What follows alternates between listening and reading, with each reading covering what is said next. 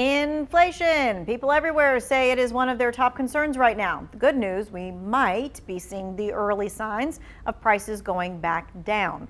Inflation actually improved a little bit this month, even if it doesn't feel like it. Prices rose 8.3%. That's slightly lower than last month when we saw costs go up 8.5%.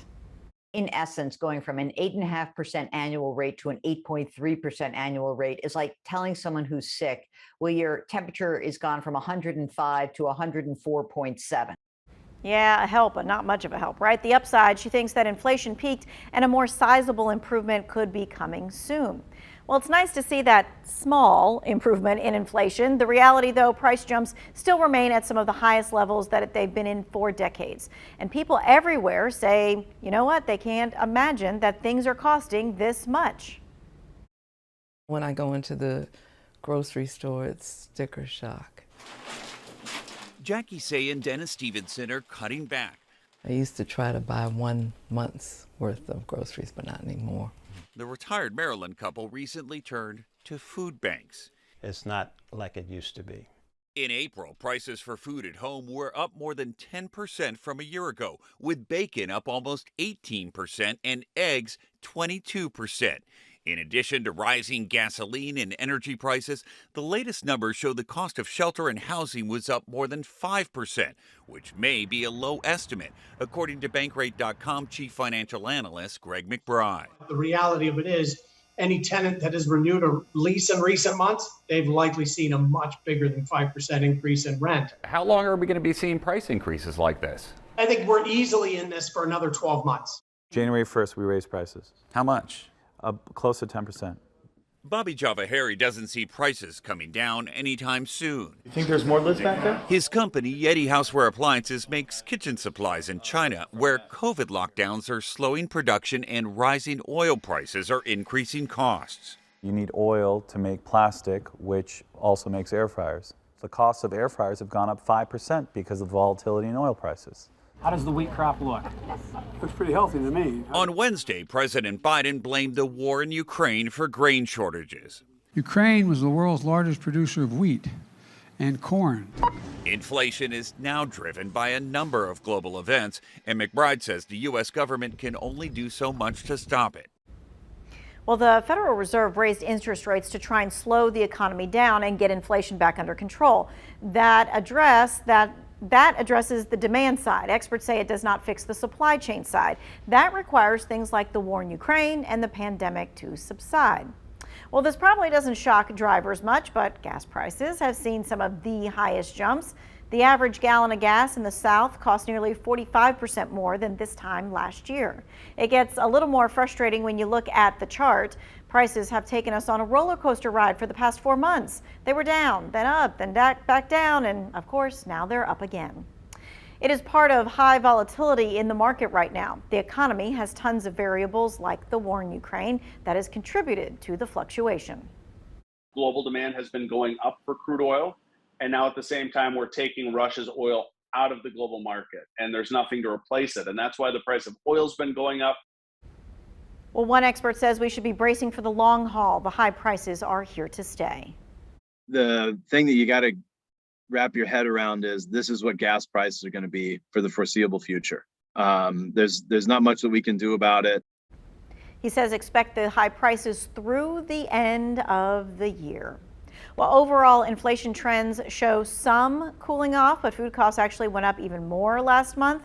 The Consumer Price Index says grocery costs went up about 11%. That's the highest since 1980. Some of the products seeing the largest hikes include milk, eggs, and ground meat. Well, renters, they have it pretty rough right now as well. If you're looking to lease an apartment, you're finding really high prices. ApartmentList.com says the median cost for a one-bedroom apartment in Greensboro is more than $1,100. Now, some of that comes from inflation. Another part of that stems from a domino effect in the housing market. It is hard to buy a home right now. Potential buyers sometimes opt to stay in their rental unit. That limits supply and drives up prices. Fortunately, an expert thinks that we could be seeing some relief here soon, too. So just as we're expecting home prices to slow, we are also expecting rent growth to slow, but to remain faster than what we would typically experience. Well, she expects rental rates to grow around 7% this year. That's higher than average, but it is lower than last year. Well, homeowners have a price increase coming their way too, and that comes in the form of insurance. The Department of Insurance wanted to pass a 24% premium hike. It did not pass. The insurance commissioner settled on an 8% increase. Well, the new rates kick in June 1st. That's right, June 1st of this year. Again, the state average is about 8%. Folks living near the coast with a greater chance of storm damage will likely see more like a 10% increase. Folks here in the Triad will likely see a 6% increase on their homeowners insurance. Now, they're about to get hit twice because the rate increase starts at the beginning of the month. Supply chain issues drive up building costs as well. So now you need more insurance on your home. An insurance expert explains what to expect. So if your homeowner's policy was for $200,000 and now it would take $250,000 to insure your home. So now the amount of insurance has went up to $250,000, which is approximately a 20% rate increase, plus the rate increase on top of that of another 6%. So it's going to feel a little bit more substantial to your viewers. If you haven't gotten them already, expect 2 letters from your insurance company explaining those increases. Well, you got your house or your apartment. Now you need to pay for utilities. Electric costs are up nearly 11%. Natural gas prices jumped about 23%. ApartmentList.com says for a 915 square foot apartment, a utility bill usually comes out to about $215.